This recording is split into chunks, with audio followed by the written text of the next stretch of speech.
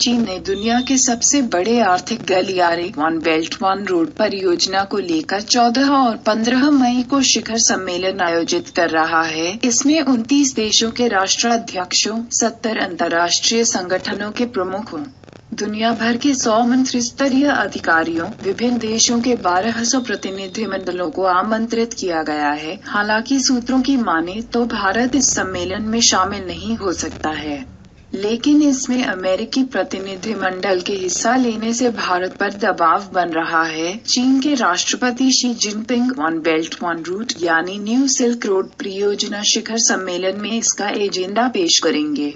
चीन ने आर्थिक मंदी से उबरने, बेरोजगारी से निपटने और अर्थव्यवस्था में जान फूंकने के लिए वन बेल्ट वन रोड परियोजना को पेश किया है। चीन ने एशिया, यूरोप और अफ्रीका को सड़क मार्ग, रेल मार्ग, गैस पाइपलाइन और बंदरगाह से जोड़ने के लिए वन बेल्ट वन रोड के तहत सिल्क रोड इकोनॉमिक बेल्ट और मैरीटाइम सिल्क रोड परियोजना शुरू की है। इसके तहत 6 गलियारे बनाए जाने की योजना है। इसमें से कई गलियारों पर काम भी शुरू हो चुका है। इसमें पाकिस्तान अधिकृत कश्मीर पीओके से गुजरने वाला चीन पाकिस्तान आर्थिक गलियारा भी शामिल है, जिसका भारत कड़ा विरोध कर रहा है। भारत का कहना है कि पीओके में उसकी इजाजत के बिना किसी तरह का निर्माण संप्रभुता का उल्लंघन है। कुछ दिन पहले ही चीन ने भारत को शामिल करने के लिए चीन पाकिस्तान आर्थिक गलियारे का नाम बदलने पर भी राजी हो गया था, लेकिन बाद में इससे पलटी मार गया। न्यू सिल्क रोड के नाम से जानी जाने वाली वन बेल्ट वन रोड परियोजना के तहत 6 आर्थिक गलियारे बन रहे हैं। चीन इन आर्थिक गलियारों के जरिए जमीनी और समुद्री परिवहन का जाल बिछा रहा है। 1 चीन पाकिस्तान आर्थिक गलियारा, 2 न्यू यूराशियन लिंक ब्रिज, 3 चीन मध्य एशिया पश्चिम एशिया आर्थिक गलियारा, 4 चीन मंगोलिया रूस आर्थिक गलियारा, 5 बांग्लादेश चीन भारत म्यांमार आर्थिक गलियारा, 6 चीन इंडो चाइना प्रायद्वीप आर्थिक गलियारा दुनिया की 60% लोगों पर राज करेगा। चीन अपनी इस महत्वाकांक्षी परियोजना के जरिए दुनिया की 60% आबादी यानी 4.4 अरब लोगों पर शिकंजा कसने की कोशिश कर रहा है। वह इन पर एक छत्र राज करना चाहता है। वह इनको रोजगार देने का लालच दे रहा है। उसने इस परियोजना को लेकर अपनी नीतियां भी स्पष्ट नहीं की है।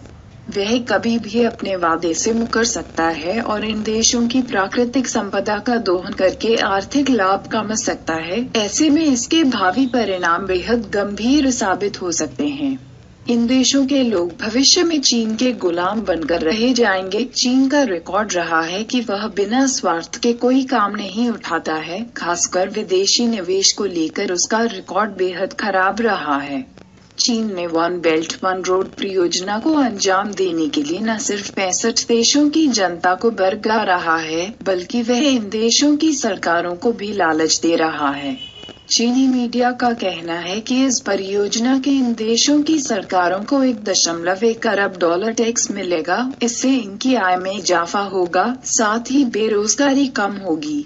फिलहाल भारत के सभी पड़ोसी देश इसमें फंसते नजर आ रहे हैं। खासकर नेपाल, बांग्लादेश, श्रीलंका और म्यांमार इस चीनी जाल में फंसते नजर आ रहे हैं। पाकिस्तान ने तो पहले ही इसकी मंजूरी दे चुका है।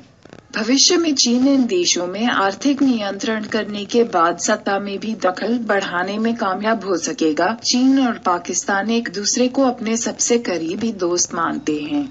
चीन अंतर्राष्ट्रीय स्तर पर हर मुद्दे पर पाकिस्तान के साथ खड़ा रहता है, चाहे फिर आतंकवाद का मसला हो या फिर कूटनीतिक।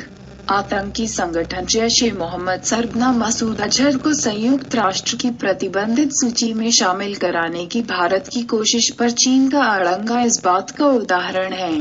ऐसे में यह परियोजना पाकिस्तान के लिए फायदेमंद साबित हो रही है। दुनिया में अलग थलग पड़े पाकिस्तान अब चीन के रमगरम पर खुद को आगे बढ़ा पाएगा, जो भारत के लिए घातक है। वन बेल्ट वन रूट परियोजना शिखर सम्मेलन में हिस्सा लेने से इनकार करने वाले अमेरिका ने भी यू-टर्न ले लिया है। अब उसने इस शिखर सम्मेलन में शामिल होने का फैसला लिया है। अमेरिकी फैसले से भारत पर भी इसमें शामिल होने का दबाव बढ़ गया है। चीन ने भारत पर दबाव बनाने के लिए ही अमेरिका को इसमें शामिल होने के लिए राजी किया है।